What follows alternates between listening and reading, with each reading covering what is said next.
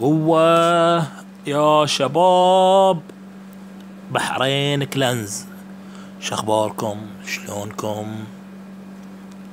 ونقول لكم إجازة سعيدة إن شاء الله. إن شاء الله كل أموركم طيبة وإحنا بخير وسلامة. باكر دوامات، لازم ترقدون شباب. زين. والله برز عندي الهوق ليفل 4. حبيت كنت أجربه يعني. هوق ليفل 4 والحمد لله استوى، اللي هو الخنزير يعني، خنزير المستوى الرابع. والله كانت عندي كان عندي النفط ماله، وكان بارز عن انه اسويه ليفل ماكس، بس ما سويته، خليته. طورت الحجري الغلم، سويته ليفل 2، يبي له 9 ايام على ما يبرز. زين يعني، طبعا شيء حلو. حاليا قاعد ابرز له، على ما اعتقد، انا مو متأكد، على ما اعتقد تطوير الغلم ليفل 3 70,000 ولا 75. يعني قاعد احاول ان ايم على من الحين، لان نفط ما يتحصل بسهولة. زين. حبيت اعرض لكم هجمة انا هجمت يعني منه، وما شاء الله عليهم يعني يشيلون روحهم.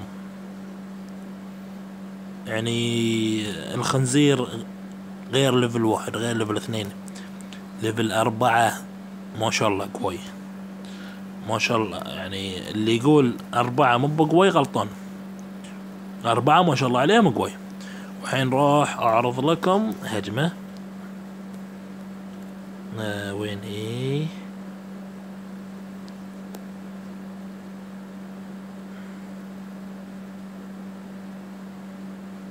هذه هي الهجمة، تشوفوها.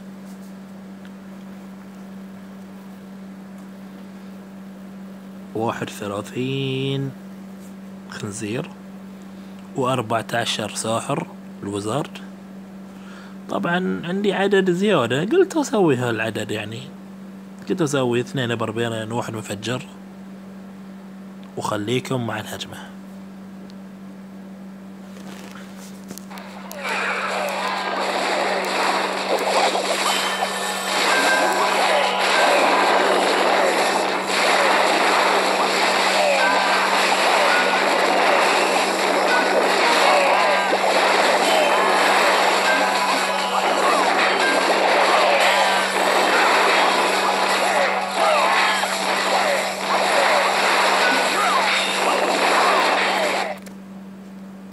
ما شاء الله، يعني اقل من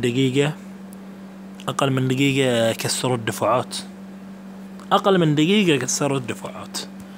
وحين نزلت الوزرد كأضمن يعني ان ما في قنابل ما في شيء، انزلهم على الاخير.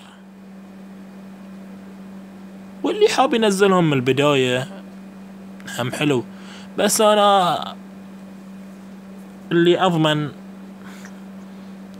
وصفتي ان تنزلهم لين ما يخلصون الدفاعات. هني ننزلهم وقت حلو يعني. شوف الحين يعني بس مسح، بس اللي عندي مسح قرية، ما عندي شيء ثاني.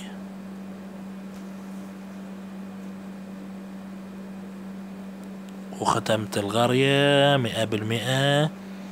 خذيت ذهبي 108,000، وردي 338,000، ونفط 640، وكؤوس 17.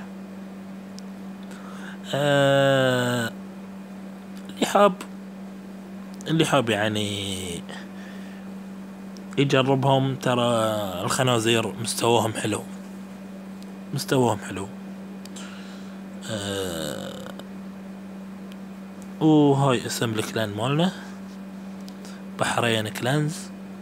واللي حاب يدخل حياه الله، ما نرد الطيبين. طبعا الكؤوس اللي بدش 0،